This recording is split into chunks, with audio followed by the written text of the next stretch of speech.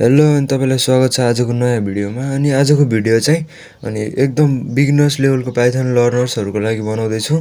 अनि यो भिडियोमा चाहिँ हामी बेसिक्स टर्म्स अफ पाइथनको बारेमा हामी हेर्छौँ।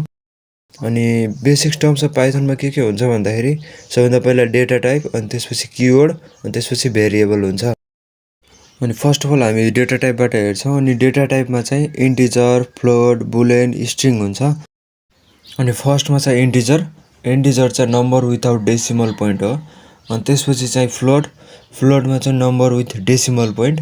अनि त्यसपछि चाहिँ बुलेन चाहिँ या त ट्रु या त फल्स हुन्छ। अनि त्यसपछि चाहिँ 4 नम्बर स्ट्रिङ चाहिँ कलेक्सन्स अफ क्यारेक्टर। यसमा चाहिँ नेम अनि नम्बरदेखि लिएर अनि स्पेसिफिक सिम्बल जे पनि हुनसक्छ यसमा।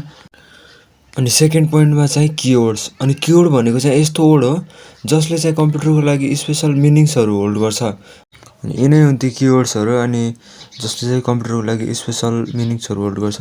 अनि यसमध्ये पनि इम्पोर्टेन्ट किवर्ड्सहरू चाहिँ यसरी रहेका छन्: true, false, and, or, for, while, return, if. अब चाहिँ हामी लास्ट अनि इम्पोर्टेन्ट कन्सेप्टको बारेमा बुझ्छौँ, भेरिएबल। अनि variable is a name that given to the information or data.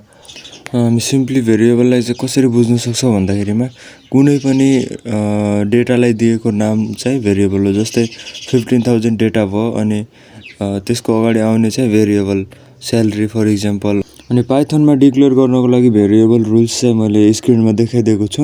अनि त्यो स्क्रिनसट गरेर तपाईँहरूले पढ्न सक्नुहुन्छ। अनि आजको भिडियोको समरीको लागि चाहिँ हामी हेर्छौँ फर्स्टमा बेसिक्स टर्म्स अफ पाइथनको डेटा टाइप अनि किवर्ड। अनि हामी भेरिएबल सिक्यौँ हामीले।